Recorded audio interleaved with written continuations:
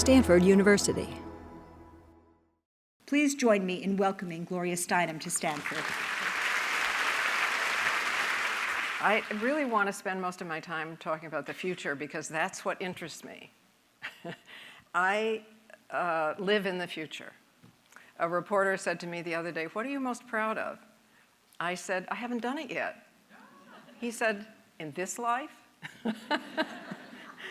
Now, what we haven't done and what we need to approach in the future is the economic value of caregiving. It happens to be a third of the work in this whole country.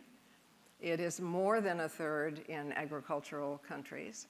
The whole economy could not possibly get along without it.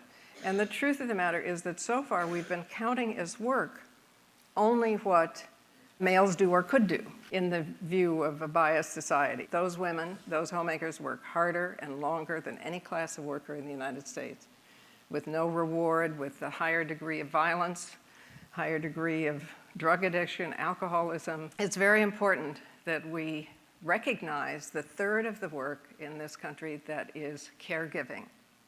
And here's what we could do.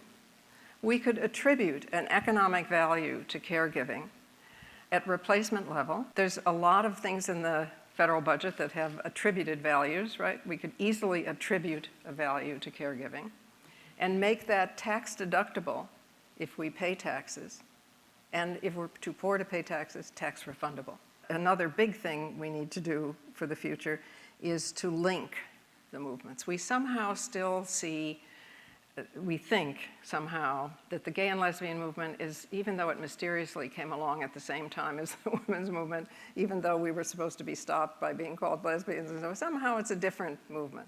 Or somehow the environmental movement is a different movement, or somehow the civil rights movement is well, the truth is that they are all deeply, deeply linked. Once we see that linkage, we become each other's allies, and we become much more effective.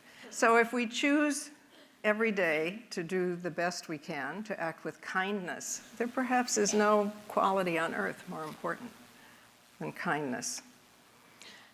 Not to say I'm more important than anyone else, but also not to say I'm less important either.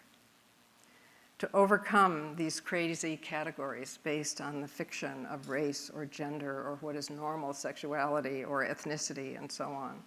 And if we do it with joy and poetry and music and sex and humor, then we will have joy and poetry and music and sex at the end of our revolution. Yes, the answer is still blowing in the wind, but I think that you and I in this room know now that we must not just hold our fingers to the wind, we must become the wind.